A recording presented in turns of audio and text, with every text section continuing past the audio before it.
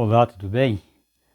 Uma das interpretações da igreja adventista, que é diferente das igrejas evangélicas, inclusive a igreja adventista tem umas interpretações diferentes da Bíblia, em relação, por exemplo, ao sábado, em relação à imortalidade da alma. Mas esse também é um assunto bem controverso. Segundo as igrejas evangélicas, Levítico 16, porque que fala sobre 2 bodes que era sacrificado no dia da expiação. Aliás, um bode só era sacrificado, mas lançava sorte sobre esses 2 bodes. Um era sacrificado, chamado bode do Senhor. O outro era o bode para Azazel, ou bode emissário. Esse bode emissário, ele era levado para o deserto, enquanto o que era sorteado para o Senhor, ele era sacrificado e fazia expiação pelo povo. Segundo a interpretação comum, a interpretação evangélica, tanto o bode emissário como o bode da expiação, o bode do Senhor, representava Jesus. Um representa Jesus, que foi morto fazendo sacrifício por nós, e o outro representava Jesus, que levava sobre si os nossos pecados.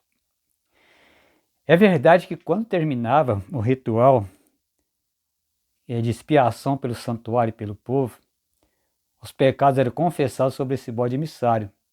Ele era levado para o deserto. E no livro Grande Conflito de Ellen White, ela fala que esse bode emissário representava Satanás, porque enquanto o diabo existir, existiria a presença do pecado. Quando finalmente o mundo for liberto do pecado, o diabo será eliminado. Por isso esse bode emissário representa Satanás. É nos escritos de Ellen White, o Grande Conflito.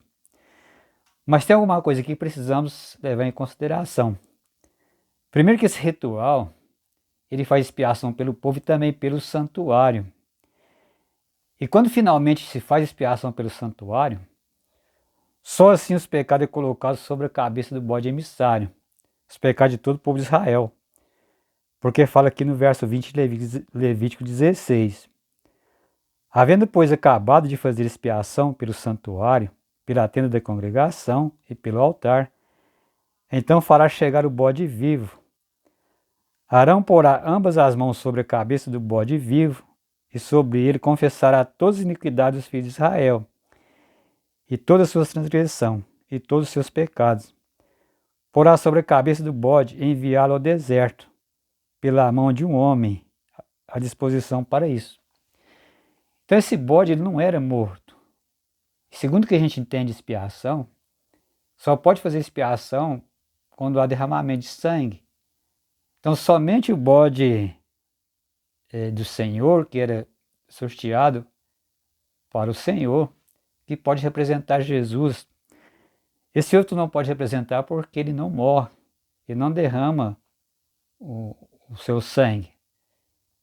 É claro que ele faz parte do processo de expiação, mas nesse caso é para retirar o pecado do santuário. Quando se confessa o pecado sobre esse bode, são pecados perdoados, expiados. E nesse caso a gente entende que o diabo, não há expiação de pecado pelo diabo. E ele foi originador do pecado, e ele induziu também o homem a pecar. Então, no final das contas, ele que levará toda iniquidade, mesmo aqueles pecados que foram perdoados do povo de Israel, ou de toda a humanidade.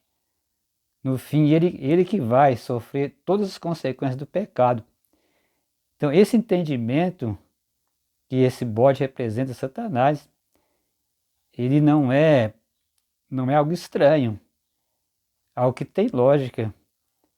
E ele tem, biblicamente, dá para a gente entender realmente que esse bode representa o diabo. Além do mais, existem alguns símbolos que representam Jesus e representam o diabo. A estrela da manhã, por exemplo, representa Satanás, mas representa Jesus também. Chamada estrela da alva. E também o próprio leão. Existe o leão da tribo de Judá, que representa Jesus. Existe também o leão, que o apóstolo Pedro fala que ele anda em derredor como leão. Esse leão representa o diabo. Que o diabo anda em derredor como leão, procurando alguém para devorar. Então não seria nada estranho de pensar ou de entender que esses dois bodes, um representa Jesus, o outro representa Satanás, que será banido para sempre da presença da humanidade. E nesse tempo não haverá mais o pecado, não haverá mais a presença do pecado.